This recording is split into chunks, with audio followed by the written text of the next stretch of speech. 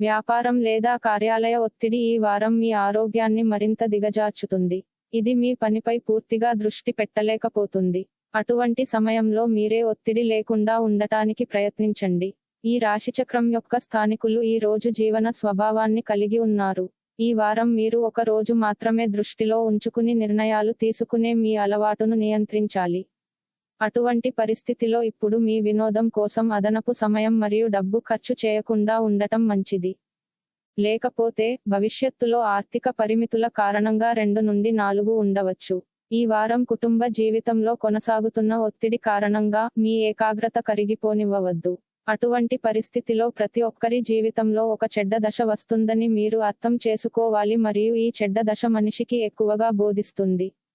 అందువల్ల ప్రతికూలతతో బాధపడటం, నిరాశకు గురికావడం ద్వారా సమయాన్ని వృథా చేయడం కంటే జీవిత పాఠాన్ని నేర్చుకోవడం మంచిది. ఈ వారం మీ ప్రసంగంలో కఠినతను చూస్తారు, దీనివల్ల మీరు పని ప్రదేశంలో పనికిరాని లేదా అల్పమైన విషయాలపై ఇతరులతో వివాదం లేదా గొడవ పడుతుంటారు. దీని ప్రతికూల ప్రభావం మీ ఇమేజ్కి హాని కలిగించడమే కాక, మీ కెరీర్లో సహోద్యోగులకు సరైన మద్దతు పొందడం కూడా కష్టతరం చేస్తుంది. ఈ వారం మీరు చేసే కృషి ప్రకారం, తదనుగుణంగా మంచి మరియు విజయవంతమైన ఫలాలను పొందే అవకాశాన్ని మీరు చూస్తారు. కాబట్టి మొదటి నుండే కష్టపడి పనిచేయడానికి సిద్ధంగా ఉండండి మరియు మీ ప్రయత్నాలను వేగవంతం చేసేటప్పుడు మీ మనస్సు మీ విద్య వైపు దృష్టి పెట్టండి.